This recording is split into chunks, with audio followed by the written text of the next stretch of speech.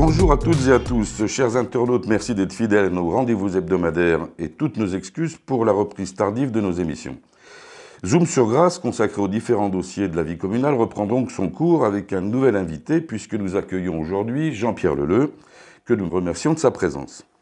Jean-Pierre Leleu, je rappelle que vous avez été maire de Grasse de 1995 à 2014, conseiller général de 1986 à 2008, puis sénateur de 2008 à 2020.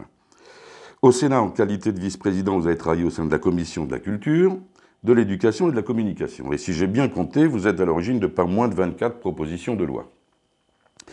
Mais aujourd'hui, c'est sur votre parcours de président de l'association Patrimoine Vivant du Pays de Grasse que je souhaite revenir, et en particulier sur la décision de porter la candidature de la ville, rien de moins qu'au patrimoine de l'humanité de l'UNESCO. Et ce, pour les savoir-faire liés au parfum en Pays de Grasse. Pouvez-vous nous rappeler ce que sont ces savoir-faire et les métiers qui s'y rattachent? Écoutez, d'abord, je crois devoir dire que nous sommes les héritiers d'une histoire merveilleuse, singulière et unique au monde. Et qu'une commune ou un territoire qui n'exploite pas un héritage pour le rendre aux générations passées encore plus important que ce qu'il en a reçu les éléments, c'est qu'il ne fait pas son travail. Donc effectivement, Grasse et le territoire du Pays de Grasse connaît une histoire avec plusieurs filières, au moins 3.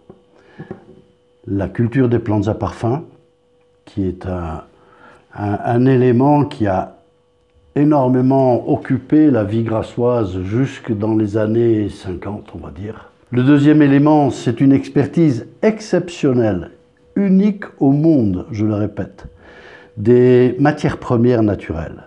Certes, les matières premières locales, jasmin, tubéreuse, rose, fleurs d'oranger, etc., mais également par expérience, par pratique, toutes les matières premières du monde.